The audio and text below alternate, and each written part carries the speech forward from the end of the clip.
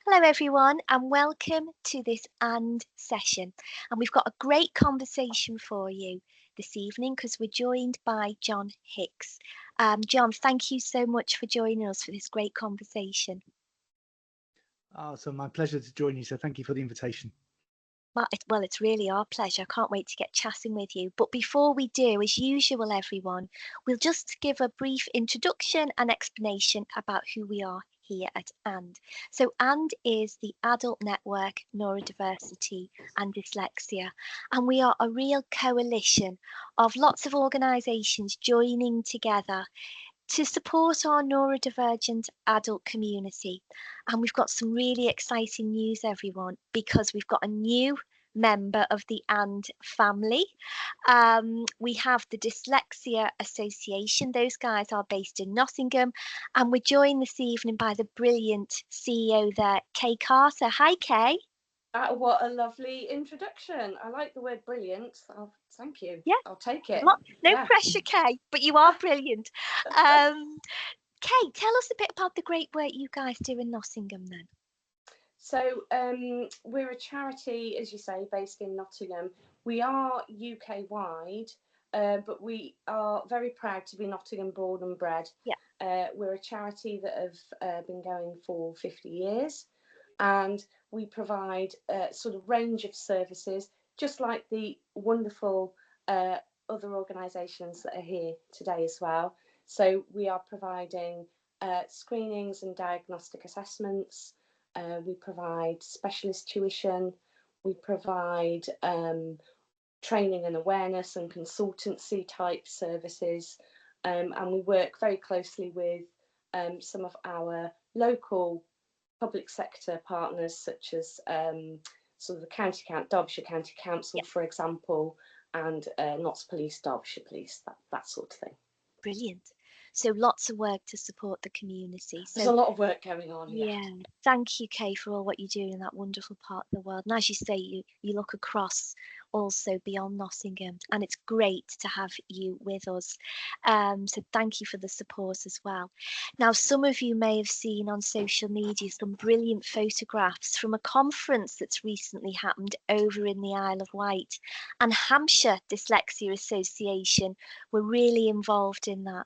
And so, of course, Hampshire's part of our coalition family, and we've got the chair with us, as we often do. It's Sue McKenna. Hiya, Sue.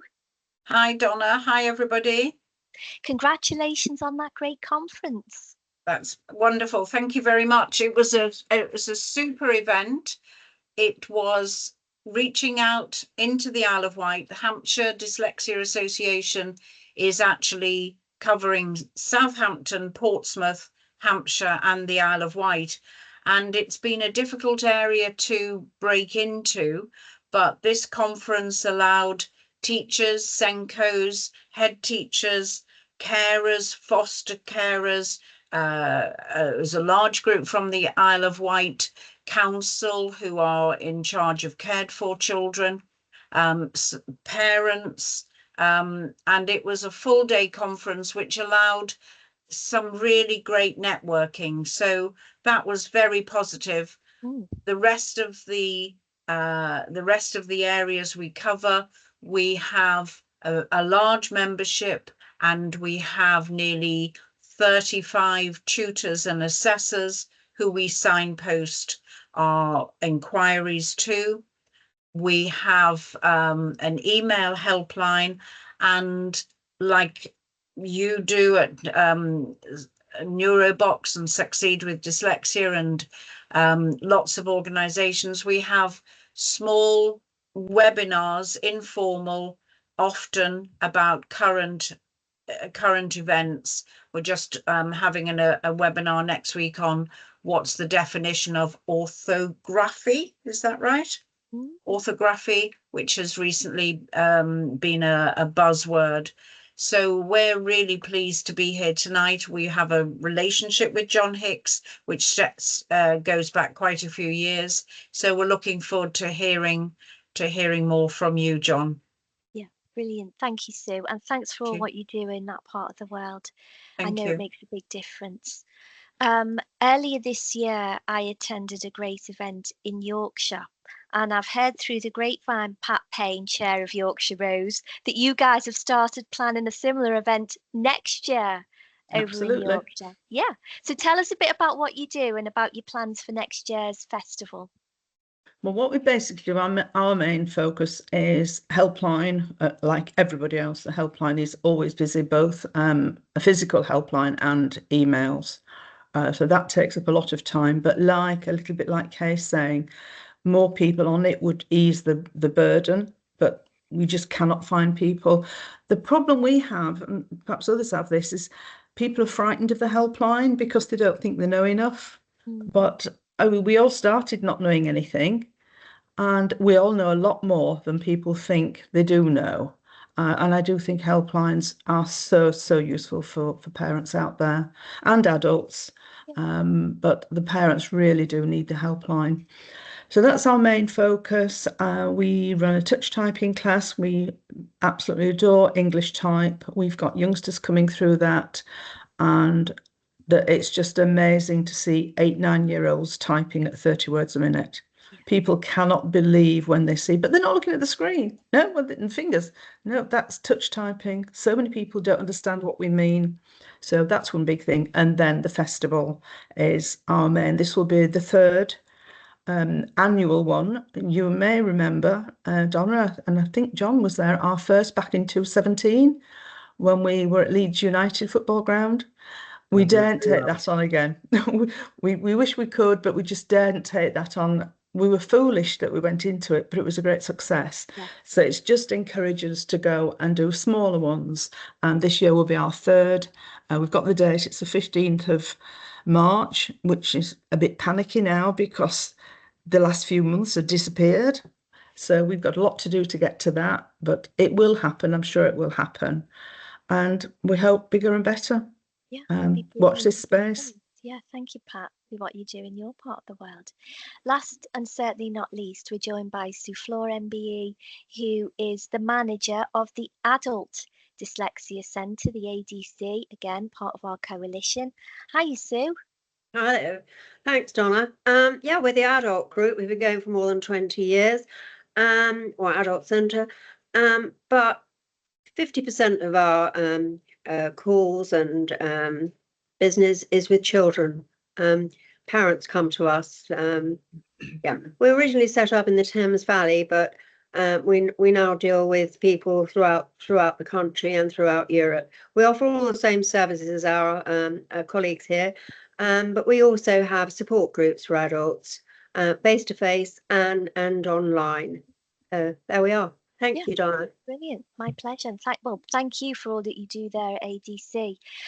And as we see here, guys, we have Neurobox logo, Succeed with Dyslexia logo, and I've got a Succeed with Dyslexia t-shirt on, and Helen Arkell Dyslexia Charity. So they're also partners of our ANND coalition, and great work that they do also. Now, at the end of my chat with John this evening, we'll bring up a different slide with the contact details, what Kay was talking about, helpline and so on, and all our coalition, Pat and Sue, talking about helplines, including Succeed's details, Neurobox and Helen Arkell. Not all of our coalition members have helplines, but all of them have this huge commitment to supporting the community in the ways that they choose to. So let's get started then. That was a long introduction, but we're really excited tonight because we were welcoming Nottingham into the family. So I'm going to stop sharing my slides. So hopefully that logo has vanished. And we're going to start chatting with you, John, if that's okay. You've heard from a number of our coalition members to say how excited and grateful we are to have you with us, and we truly are. I've known you for quite some time now, and I know your passion around neurodiversity, partly with your own lived experience, and it's, you know, your professional expertise as well. So, John, can you set the scene for us then, and tell us a bit about your journey with neurodiversity? Wow. Well, I guess it started when I was born, but I wasn't aware of it until no, that's not true. I guess in hindsight, it's amazing what hindsight can do. But I suppose at the age of 40, I came into some knowledge about dyslexia and neurodiversity through the assessment of my daughter, who at the time was 12 and struggling in secondary school.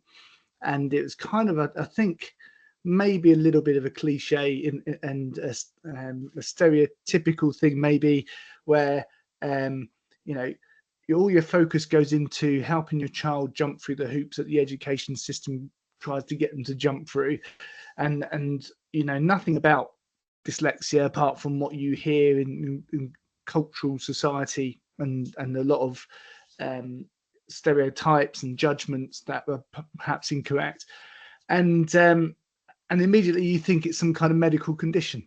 Like, what's wrong with my daughter? What's going on? She can't do what. And it was really interesting because we eventually got her an assessment, and we got the report back. And in reading that report, I remember it really well. I was reading her diagnosis in terms of her neurodiversity profile, and some of the behaviours and the experiences that they were pointing out directly spoke to my experience of going through the school system. So straight away, my brain's going, "Oh, am I dyslexic too?" Yeah. At the time, it was really interesting. At the time, I was a senior manager of a company that made assistive technology, but in the physically disabled space. Where if you remember Stephen Hawking's That Technology, where you can't speak and this technology speaks for you. I was working with a company called Toby Churchill Limited, where they had a device that you could type into and it would speak for you.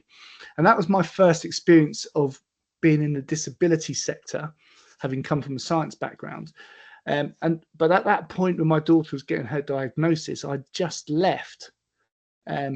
And we'd had this experience where when the new managing director had come on board, he was very, very good with remembering stuff and detail and so forth.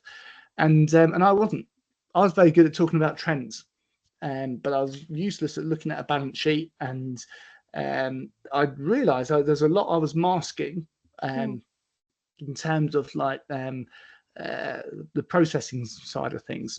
Sitting in a room with people and talking to people, not a problem.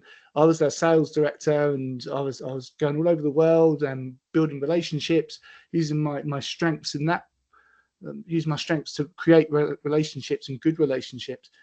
But in terms of like coming out with metrics and stuff like that, useless. So I had to leave, and I chose to leave, and we made an arrangement. So at the time I was unemployed.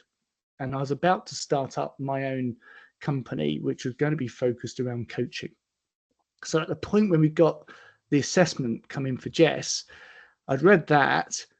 It then started, in a sense, to kind of help me to understand what might have happened to me in terms of hitting a particular limit. And what I mean by that, like a ceiling, you know, all my strategies worked up until that point, and all the boundaries, everything changed around within the work, and the wheels fell off slightly. It was very stressful. It was really difficult. Literally, when I lost that job, I with the boundaries taken away and everything that I thought I knew, I started forgetting everything. I'd literally be one ear out, one out the other. I was actually genuinely concerned that I was going senile. And I was having concerns with telling my wife about this, and she was getting frustrated because she was saying, could you do blah, blah, blah, blah, blah, blah. And I'm going, it's like trying to drink from a fire hose. Oh, it's just so much information. It just wasn't going in. And so we got Jessie's diagnosis. It gave me some insights. Then I started working, one of my marketing clients at the time, for my newly formed company, was a company that not only made a similar product to the one I've been marketing, but also made text-to-speech software. And you might know the product as Sprint Plus, which I eventually introduced into the UK. And it's just text-to-speech software. And so that gave me the start of getting into the dyslexia part of the disability sector, if we can use that phraseology.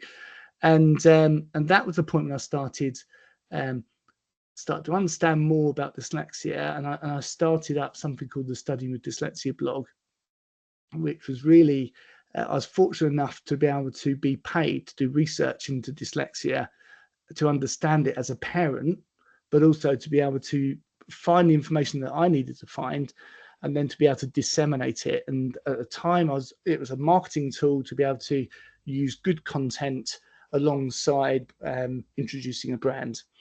And over time, I parted ways with that particular company. They wanted to go in a different path. They let me keep the blog, and I kept that going.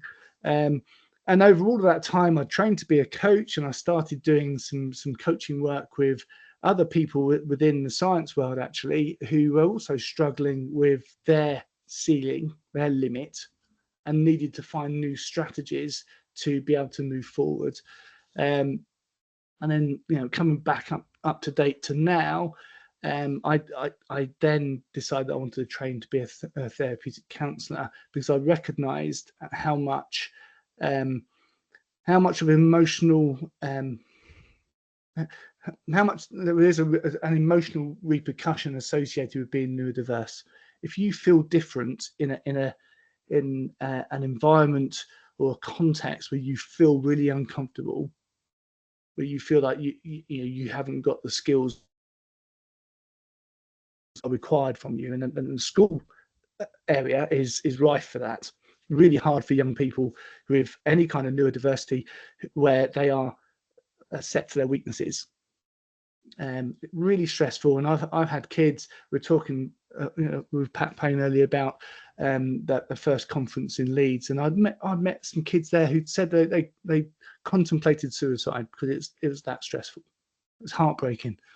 So part of my work with neurodiversity was also to share the content with a lot of parents as well. So I had a group on Facebook called Parenting Dyslexia. There's about quite a few families who were involved with that, where we were sort of sharing information and building up a community there. And I learned a lot about the emotional repercussions of dyslexia, and then wider neurodiversity, as I did more coaching as a strategy coach. And then for me, it was just like it was really interesting to kind of not only learn about what we perhaps see as stereotypical issues associated with those labels, if you like. With dyslexia, many people will go, "Oh, it's reading and writing, isn't it?" Or it's you spell your words wrongly, or but actually, if you look at all the neurodiversities, they all overlap. And there's things like slow processing, working memory problems, there's a whole, like, it's almost like the in-between things that I think cause the major difficulties within a school context, and as I found out, in the workplace context, which people don't really understand. They use the labels, and people go stereotypical, and they don't think about actually, when you give me 10 things to remember, I can't, it just doesn't go straight in. I need to be given time to write it down, or to find some way of capturing that information so that I can deliver on what I'm about to say that I can do, as opposed to pretending that you're listening because you don't want to be caught out, and then you get caught out anyway because you've forgotten, you haven't got the right strategy in place to cope. So I don't know if that answers your question, but it's been a 12-year journey of really focusing on not only my family, because my oldest daughter, so my youngest daughter Jess, is 25. She's now a performer, and she's played to her strengths. In fact, she runs a business and it's gone berserk, and it would appear that she's a whiz with a spreadsheet, which has kind of surprised us. My oldest daughter, I would describe her neurodiversity as in the dyspraxia, ADHD, slightly on the autistic spectrum kind of space. Myself, I would describe myself as being somewhere in the ADHD, ADD space, with elements of dyspraxia at times, and so forth. And of course, this depends on whether you're working at your best, whether you're, I know if I don't get enough sleep, I'm going to be knocking things over left, right, and centre and having so many accidents the next day and not be able to concentrate for toffee. Yeah. Right. So it's really interesting. I think there's so many factors that affect how we cope with neurodiversity on a day-to-day basis in terms of what we need to be at our best. And that's kind of the focus where I am now with my work. Brilliant. Wow, John. I mean, what you've just described, firstly, thank you for everything that you do within this space. I think you're one of those rare people that you have the wisdom to work with children and adults. A lot of us focus in on one kind of age group, but you work across the whole community in that way, which is brilliant. And you've got your own lived experience as a parent and then as a neurodivergent individual yourself, which again is, you know, a really special combination, I think. I'd asked you at the beginning, how would you like me to introduce you? And we were talking about this, you know, and you've hinted at it there about your professional skills now. A neurodivergent aware therapeutic counsellor and coach. And I think from what you've said, that's the perfect combination of all those lived experiences, the things you've seen, the skills that you've acquired along the way. With that in mind, then, almost when you look at your own story, what's helped you? What have you found most useful for you as a person whilst you've been on this journey?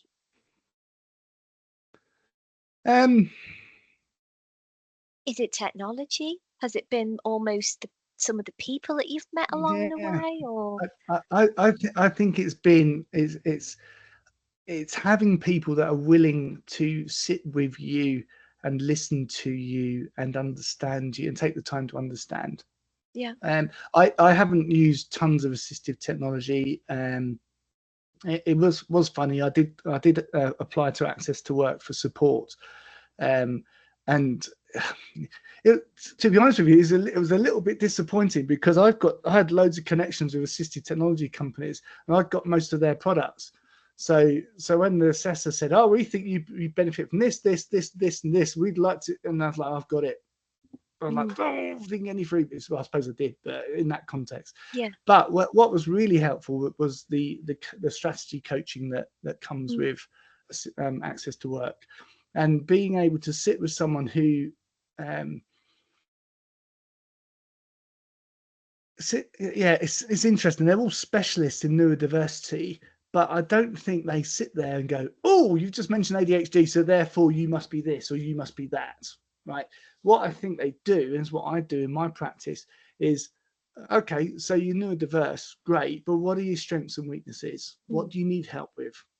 Right? It actually, you telling me you're autistic, for example, tells me nothing, because that's such a wide I was going to use the word spectrum, but I guess that does apply with that, but it applies to all the neurodiversities. Actually, what I've learned is how much all the different neurodiversities are kind of morph into each other, and we're like a smorgasbord of different aspects of all of that to a greater or lesser extent. So the labels don't work. Telling a teacher you're dyslexic doesn't work, because actually what you should be telling the teacher is, these are my weaknesses within the classroom, and this is what I need you to help me with. And dyslexia, it doesn't, you can almost say that without using the word dyslexia or neurodiversity. So I think for me, I've been fortunate enough to do a lot of work on myself with counsellors and coaches who have just been willing to sit there and help me to understand myself better and give me the time to do that. I also want to give a shout out to my wife Diane, who you'll imagine that without the knowledge about neurodiversity, one's behavior might seem very, very frustrating, right? I've just told you the 5 things to get from the shops, and now you're ringing me because you've only remembered the milk because you have milk on your cereal, so it's really important. You know, why would you forget that? It's so simple, right? And without the knowledge of neurodiversity, you can see these conversations taking place, and you can see how tension ramps up, right? We make judgments about why people react or behave in a certain way in certain contexts. And Diane was great, because being able to say, love, when you tell me you need me to do 5 or 6 things, you're brilliant at remembering stuff. I'm awful at remembering stuff straight away. Long-term memory, I'm great. I have memories from when I was 4. I can remember way back, but give me things into my working memory, it doesn't work. I need to do things to make that stick. And that means being given the time to write stuff down. It means being given the space to work things out. And sometimes that works because you're able to improvise when black and white thinking in a situation doesn't work. But other times when black and white thinking is the most appropriate thing, my brain doesn't work in that context. So that's the thing. I think, with my wife, there was a lot of understanding about, okay, right, I get it now. Okay, John, I need you to get these things. Do you want to get your phone out and write these down? Yes, thank you. Would have forgotten that. Yeah. Write that down. So I think that is it. It's about, yes, technology is great and it helps. My concern is with a lot of technologies, a lot of, for example, students at degree level, for example, the amount of students I know that have been through access through the disability allowance and also access to work with people, they don't use all the technology they're being given. But what's really, really valuable is having the time with someone to help them to understand how they think, and then they can work on their strategies and use whichever aspects of the technology suits their style of learning or working and so forth.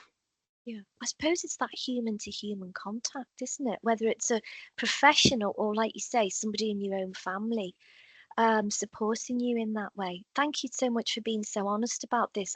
We know these conversations make a difference for our communities. We listen to people like you talk us through these journeys, John, because it's like our journeys. This is where we feel a real sense of community from each other.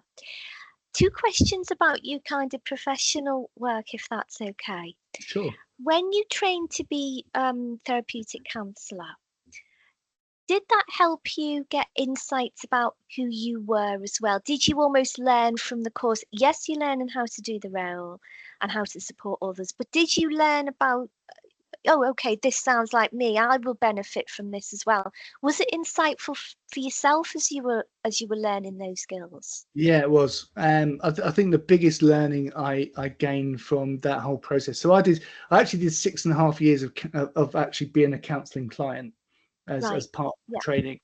It was, what was really interesting was when I was a coach and I hadn't done the training. So for those of you who don't know the difference between counselling and coaching, someone who's a strategy coach would look to help a client find ways of dealing with a situation or dealing with something. So for example, it could be public speaking. I'm very nervous about public speaking. I need a strategy to help with that. And when I was a coach, I found that I used to get very anxious about helping my client get fixed. Like they want this strategy, and then my ADHD brain has come up with loads of different solutions that could work. And I'm trying really hard and losing the battle to stop me from firing them out, because you're not meant to do that as a coach. You're meant to sit with someone and connect with them and help them to work their stuff out and to lead them along the path they want to go down, as opposed to, well, it's worked for me in my filing cabinet. This is work. Try this. So I used to get very stressed about that, and I'd had this battle going on when I'm setting with clients. And then when I trained as a counsellor, it was like I don't have to have that job. There's no expectation to fix here. I know sometimes clients do go into counselling wanting to be fixed, but I always make it clear there's no fix. What there is understanding oneself better and understanding why we feel like we do. And I suppose I mix now the coaching with my counselling as well. So sometimes we do strategy work, but being able to realise how impulsive my brain was that I would be, in certain contexts, I'd be bristling with ideas and impulsively, like, you know, it's like someone was going to say something to me that was like a 15-word sentence. I'd probably would have worked out, probably incorrectly, what they were going to say by word 3, and then come out with a solution by word 5, and interrupted them in the process and made them feel like I wasn't listening because I was just trying to jump in. And for me, I think I've learned a lot about self-awareness, and recognizing when I'm impulsively wanting to say or do something. And you know, it doesn't mean to say I'll get it right all the time, because I don't. And you know, we have good days and bad days, so that's human nature. But there's something about being able to go, okay, I'm reacting to this, whatever the stimulus is. How do I want to address this or react to this process? What do I want to do with this?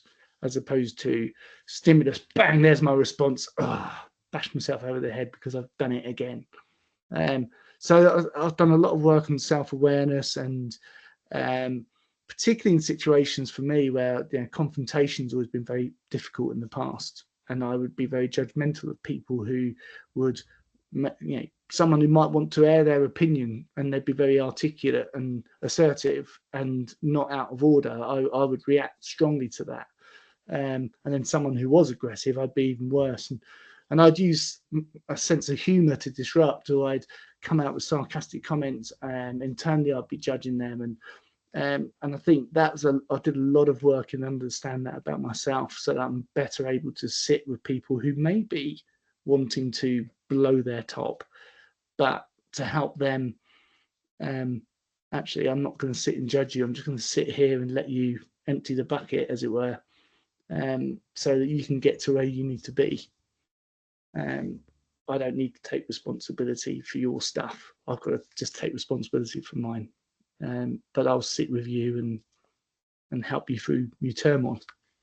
So it's kind of interesting. Something about holding back the impulsive need to fix somehow helps my client get to where they need to be quicker. And I've had to really understand how my brain works from an ADHD perspective, in terms of firing off ideas. It taught me as well about how I can sit with a client and I can tune in on lots of different levels. So not only am I listening to words, but I'm also I'm tuning to the tone, body language, the mood in the room, what's going on around me. You know, I'm very aware of everything around me and what's taking place. So I found over the years that was my one of my strengths at times was to sit one-to-one with people, and I do this in I do deliver management training as well, and I can be in a room with 50 people, and somehow I'm able to kind of tune into what's going on and try and get everyone to where they need to be. I don't think I could do that without this kind of ADHD thing going on. There's a wonderful YouTube channel called How to ADHD, and I've forgotten the lady's name that runs it, but she did a TED talk talking about her experience of ADHD, and she said she was accused of not focusing on anything, and she said actually that really hurt her, because actually what was going on was that she was really hyper focused on everything. And that's kind of how I feel my brain works when I'm working with people, when I'm connected, when I feel like we've got a rapport going on. I'm like, okay, I've heard you say this, your body language says that, what's going on? What do you need to explore? What are you feeling right now? Really, it's so insightful to listen to you talk like this, really wise. And I suppose my next question then is, why do you think well-being and some of the journeys that you go on with your clients, why are these such issues for our neurodivergent community, John? Why are neurodivergent individuals more maybe prone, if that's the word, to having issues around mental health issues and well-being and so on? What are your thoughts on that, bearing in mind your own lived experience as a neurodivergent person and you as a skilled professional therapist as well? I think you know that quotation that's wrongly attributed to Einstein about the fish and the tree. Oh yes. Yeah, I thought that was Einstein. No, apparently it wasn't. Apparently it wasn't. It's a bit like that meme I saw on Facebook at one point, saying it was some quote about the internet, and it was signed Abraham Lincoln. And like you can see people go, "Oh, Abraham Lincoln said that about the internet," and it's kind of a bit like that with the Einstein quote. But the meaning of that is really, really important, right? If you are someone with a range of strengths and weaknesses, that kind of means that you're great in certain contexts, but not so great in others. If you're being judged by your weaknesses, which I think we all go through the school system, and I think the school system for some with neurodiversity, with some with autism and ADHD, great. If they can hyper focus and shut everything out and learn, brilliant. Some are brilliant. I do lots of counselling in Cambridge University.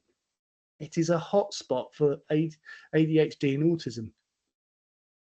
Widely, I'm gingerly using those terms, but it's worked for those people. Some of the greatest brains we know of are neurodiverse. But if you're not that fortunate, like I'm not that fortunate, I went through school feeling like I never got the memo. I'd sit in class and the teacher would go, "Well, you'll remember when we looked at this topic," and I'm like, why is everyone nodding? Because I wasn't there, and you live in fear of being caught out. Now, I was kind of okay academically, but it still impacted on my self-esteem. But if you're someone who really can't grapple with writing and reading, or however that plays out, and you really are not getting the support that you require, then it's like you go into a school system which socially as well, I mean, kids are cruel. They just are, right? We all know this. A lot of us are parents. We know what kids say to each other in the playground and so forth. So if you're neurotypical and you're getting on fine through the school thing, you're still going to have incidences of people trying to press your buttons and cause you problems. Then you add neurodiversity into that and being played to your weaknesses, and people not understanding you, not getting you. There's going to be an element of masking, often attributed to autism, but I think also with the other neurodiversities as well, trying to pretend you can get through.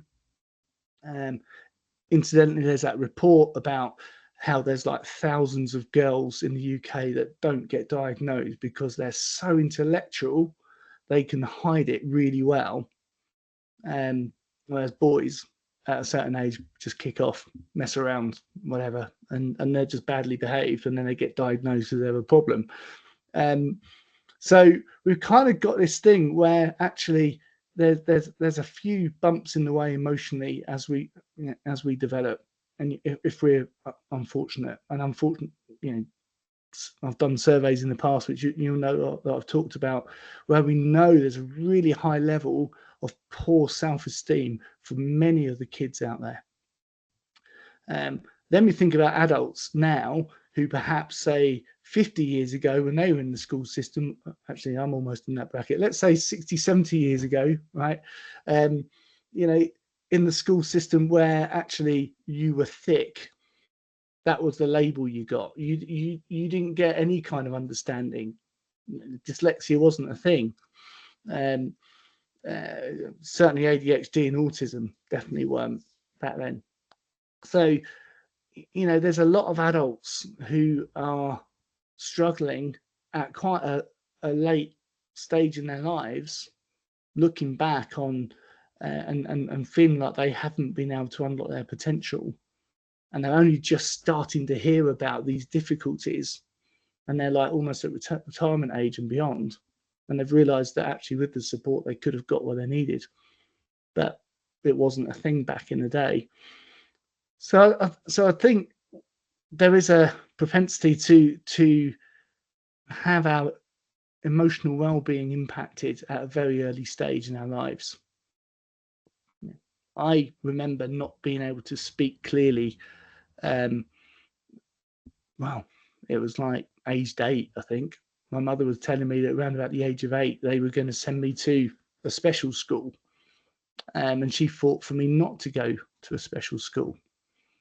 And I'm so thankful that she fought for me, because I came through in the end, really. And I had some lovely teachers who, you know, we never had a conversation about neurodiversity, but somehow a relationship was built and it went in. For me, I just had to like the teacher, and it kind of worked. For many kids, that's not the case, and I've done lots of coaching in schools where kids are they're considered naughty, badly behaved. They don't reset the clock on a day-to-day basis. You know, you walk into school and you're waiting for someone to have a go at you, a teacher to have a go at you because you caused some trouble previously, but you don't get any kind of like opportunity to try again.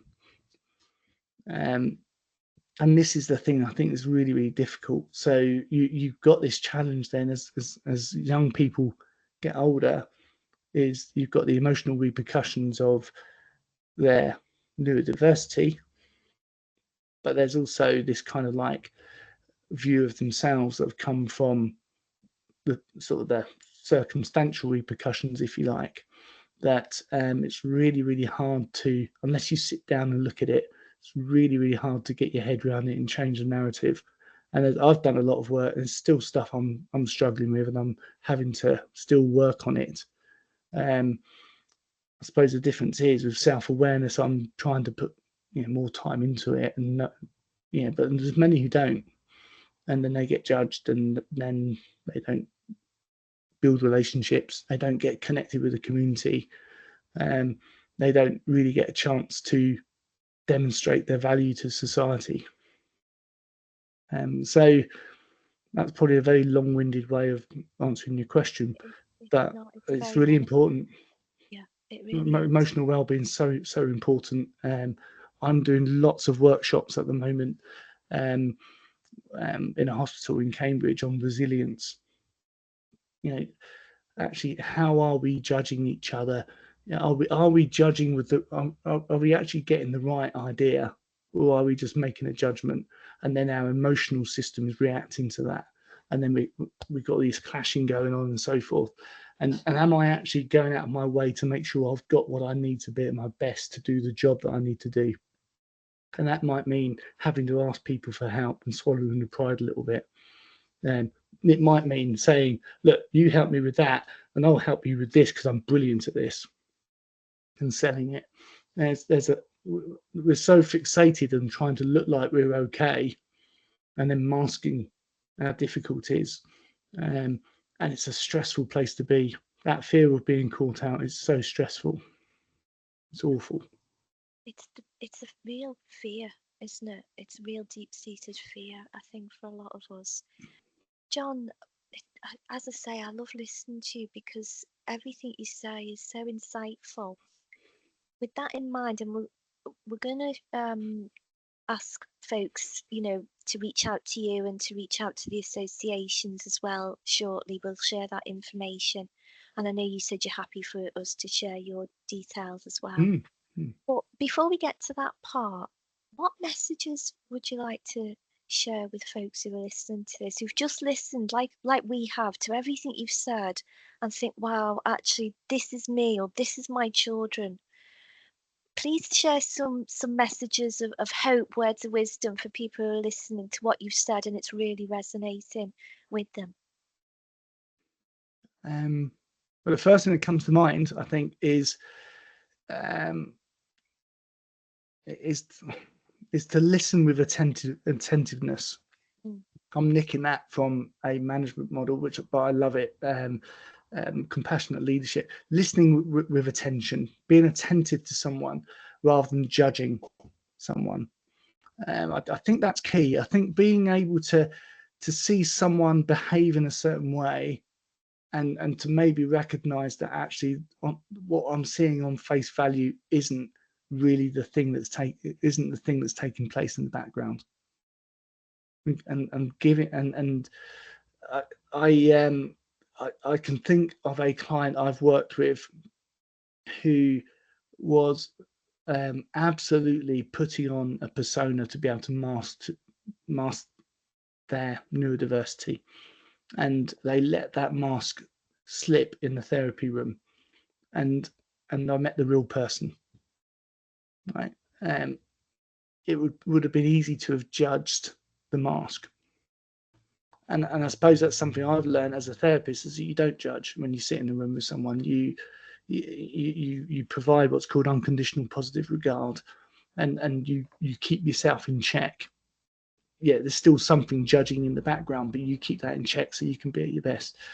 And I think that's the thing that brings about connection with people is empathy. And being able to go, okay, I can see this behaviour is taking place, but what's behind it, right? I'm not going to react to that.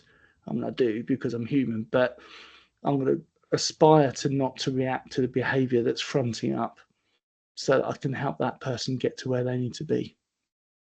And maybe if I don't judge in that moment, bearing in mind a lot of strategies, especially in the dyslexia space, are people who will front up in a certain way, waiting for rejection, so they know who they're safe with and who they're not safe with. A lot of the behaviour will be like, okay, well, that person's judging me. I don't need to be friends with them. Don't need to connect with them. That person, I was a so-and-so with them. They're still there. That's a friend. Just don't judge. Yeah, and listen. I think increasingly from our community, we hear that plea, listen to me. I think it comes back as well when you were talking about the labels, the label of autism, dyslexia. Yes, it's useful up to a point, but then we've got to listen to who the person is behind the label, what they need for their strategies, or when you're taking them on a therapeutic journey, isn't it? The label only gives us a bit of an insight. Then it's the person who's living with that label, isn't it? What that label means to them, I guess, John. Yeah. John, thank you so much. Please, no, carry on. I was going to say, when people come to me to work in a therapy room, and they come to me because they know that I'm a neurodiversity aware counsellor and coach. And so they come to me and they want to give me all the details about I'm autistic, ADHD, I've got a diagnosis. And it's like, okay, right, thanks for using the words, but who are you? Yeah. What are your strengths? What are your weaknesses? What's going on for you, right? First and foremost, you're a human being, you're a person. Neurodiversity is only a part of your life. It shouldn't define you. And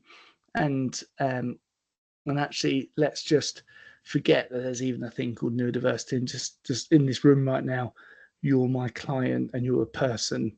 And actually, there's different contexts in different businesses. They do all these assessments, Myers-Briggs and 16 personalities, all of those kind of things, trying to help people understand themselves better. And they're just another way of assessing someone's personality. And I think actually it is part of our personality to be neurodiverse. And there's nothing wrong with being neurodiverse. And it's a personality. It's part of us. It's part of our personality. And actually, someone else said the other day, I was at an neurodiversity entrepreneurs network meeting, and the person running it said, lean into your weirdness. What makes you different, just lean into it, because that's the thing that stands out, and that's what people are going to connect with. So actually, yeah, if we think differently, celebrate it. Yes. You know, we just need to find the right place for us to be in, but celebrate it. And the more you talk about it, the quicker you'll find your place. Yeah, love it. I love that, leaning into it. And I think, talking about entrepreneurs in the business world, I think increasingly the value of being different, being weird, as seen as such a great value, isn't it? John, thank you so much. Before I share the contact details, and I'm going to ask you to share yours, if that's okay. I don't know if our coalition members want to come back onto camera and ask or share any thoughts on the back of this really powerful conversation, actually. Coalition members, anything to say or to share with John before we share our details? Well, there was so much there, John. I think I'll have to listen again. But what struck me was that your most important asset was the emotional support that you got from your wife. And I think this is the key for everybody. You need that emotional support, whether it's for a child or a partner. You need somebody to love you and understand your difficulties. The first thing is to understand those difficulties and to be into support. So that really came across to me, that was the key to your success. And I'm going to look forward to listening again to all the other things that really make Sorry, you. I'm a bit wordy. No, it was brilliant. No, thank you, Sue. Yeah, it's those special people, isn't it? We know not everybody's lucky enough to have somebody like that, and I guess that somebody we do, and I guess that's where the work that the coalition tries to do amongst many other organisations, where we're trying to be there for people, isn't it, while they're going on these journeys, I think. It's a basic need for all of us to connect with other people around us, to be loved, to be a part of something. And if we deny people that, then we're denying that need potentially. And if you not experience that connection with people, then you find yourself on the sidelines, and you know, we hear of people getting into the wrong groups of people and the poor outcomes as a result. John, can I ask? Sorry, So I looked at what you were saying. Is the person the lady Jessica McCabe or Martha Bernard Ray, who did the TED talk about ADHD? So I've had a look for TED Talks ADHD. I've come up with these two names: Jessica McCabe. Jessica McCabe. Yeah. That's okay. That's I'll share that link. This is what it's really like to live with ADHD TED Talk. Oh, brilliant! Thank you, Sue. It's a great video. Yeah, thank you. Really insightful. John, I was just going to say before we round up the chat, coming back to what I was saying about having people in your life who love you and are there for you. You talked a fair bit about masking in this chat. Does that sometimes get in the way, do you think, from people being able to connect with others, because the mask is almost like a barrier, and then you can't let people in? Well, this is what I was saying about the judgment thing, right? Yeah. Because we all have, I don't want to sound like some big psychologist, because I'm not, but yeah, we all recognize that in certain contexts we act in a certain way, we deal with situations differently, and sometimes using a mask is useful. I mean, when I'm doing management training, for example, I have to step up into the role of being a management trainer, despite whatever the self-esteem thing's saying in the background, and so there is a mask there to an extent. But I think that the challenge is, if you rely on a mask to help you to cope with your neurodiversity because you're not getting what you need, then because we're such a judgy bunch, people will judge the mask. They will judge the behavior, and they will make assumptions about you that are probably incorrect. Right? One of the things that stuck with me from school was, John Smart but he could do better, and he's so chatty, right? Well, actually, the teachers just could have done a better job at connecting with me and understanding me better. And that is it's a challenge. And being a teacher it's a difficult time to be a teacher. It's had so many, they don't get the training, they don't necessarily understand neurodiversity, and it's kind of terrifying for them, really, because they're working in some ridiculous circumstances. So we need to understand that. But it's really important that we give people an opportunity to come out from behind the mask a bit, to feel safe enough. And a key term is psychological safety. Yes.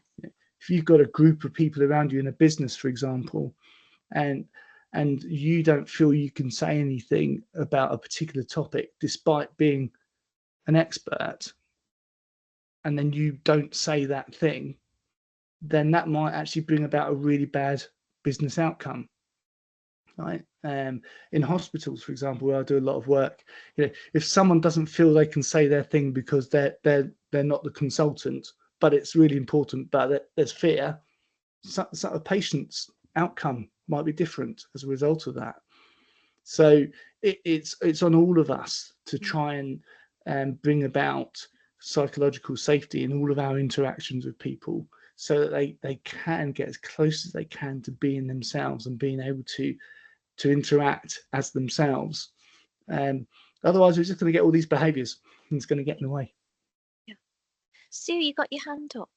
I just wanted to ask all of us around the country, what's the latest on the prescription medication for ADHD? I know the end of the summer that it was still not available. I'd love to know what people know about it. I think there is still a shortage. Yeah. So if you have you've had an identification of ADHD and you have a prescription for, say, Ritalin, and that prescription can't be fulfilled because there is a shortage of the medication, then that will have a profound impact on your daily life and your pace of work. And what can we do about it? I think there's a challenge here. I think we're very quick in many medical scenarios, and of course ADHD and autism are classed as clinical conditions rather than educational conditions. To take a pill to deal with something might be appropriate, but I think it's not appropriate in isolation. And I think given that we have got access to work as something that can be drawn upon, I don't know what the latest in terms of funding is, but I think it's really, really important that individuals get an opportunity to have some time to think about what their challenges are in certain contexts from a sort of a strategic position rather than being in it. I'd absolutely agree, but it doesn't change the chemical balance in your brain. No, it doesn't. No, it doesn't. And but the it might chemical help. balance, if you cannot concentrate, and you have to concentrate, and you have to control your impulsivity, you may have had a lot of coaching about that. But if your brain is not functioning really well, and you've had medication, so you know how well you can perform, that I think is a real challenge. And yes, I mean, if it forms part of a strategy and all of a sudden it's being taken away from you, absolutely, that's a challenge. Yeah, but I was coming from the other angle where actually both it's got to be used both. in proportion. Yeah. But I just wondered, if it's available in Nottingham, if it's available in Liverpool, what do we know? It's not here in Hampshire. No, there's a shortage in London. I think it's across the board, Sue. And John's right. This is a personal choice. It's what works for folks. But you're also right, Sue. We know for some individuals they choose to have medication as part of their coping strategies around ADHD. So yeah, I mean, for those who are listening to this broadcast please do come back and share thoughts on this one. It's a really interesting conversation. And yeah, it's a real difficult situation we're in at the moment for certain medications, but also, you know, beyond that, folks getting the help and the support that they need around The waiting lists are 6 years in Hampshire for an identification with a psychologist. Yeah, thank you, Sue. It's we're not where we want to be for our community. But thank you everyone for listening to this conversation. John's shared some great words of wisdom, and we know that for some of you this will really impact. As we record this, we're looking towards the festive season, and we know that holiday season can be sometimes a tough time for our community. Please know that you're not on your own. There's lots of support out there. We've talked this evening about mental health issues. The Samaritans are there to help. There's lots of helplines around, so please know that you are not on your own. To talk about neurodiversity, we've got lots of helplines, as we said at the beginning, dotted around the country from our wonderful coalition members. And here are the contact details. We have the ADC here. We have Yorkshire Rose. If you're in that part of the world, we have Hampshire, and we've just been listening to Sue talk about ADHD and so on. We now have our friends in Nottingham, so the Dyslexia Association with Kay's team are there in that part of the world. Succeed with Dyslexia don't have a helpline, but what they do have is lots of great free videos of experts talking about lots of issues, including mental health and well-being. Neurobox don't have a helpline, but what they do is they provide training and workplace strategy coaching and information about assistive technology. And again, lots of free information around neurodivergent differences. We've got Helen Arkell here, again, providing lots of support for the community, specifically for children and families, lots of free information, but also training and assessment and so on. And this is why joining together is so important, because together we all cover lots of different aspects of what our community needs, including, of course, the work that John does. And it's been brilliant to hear him tonight. So John, when we post this, we will share your contact details. But I wonder, just on this recording, if you'd like to share your website and people can go and reach out to you there, if that's okay. Sure, absolutely. My website is hello@johnhicks.co. That's hello@johnhicks.co. There's no .com or .co.uk, it's just .co. If you want to email me, my email address is hello. Yeah, I just told you that, haven't I? Yeah, no, that's fine. Don't worry. So that was the email address. I think that will be the website then is www.johnhicks.co. But no .co.uk bit. That's the bit I always get in a muddle with. Just .co. Perfect. Yeah. Thank you. So we've got John's email address there. That was the hello @ he's just shared, and his website is www.johnhicks.co. Nothing else, just that, and it will take you to where you need to go. Yeah. Brilliant. Thank you, everyone. Thank you, John. I could listen to you forever, because what you share is so insightful and it's so relevant for all the conversations we're having now. So keep up the great work. And thank you to everybody else. Until next time, everybody who's listening to our session this evening, we hope you've enjoyed it. Let's keep talking about these issues, and thank you, everyone. Thank you. Bye.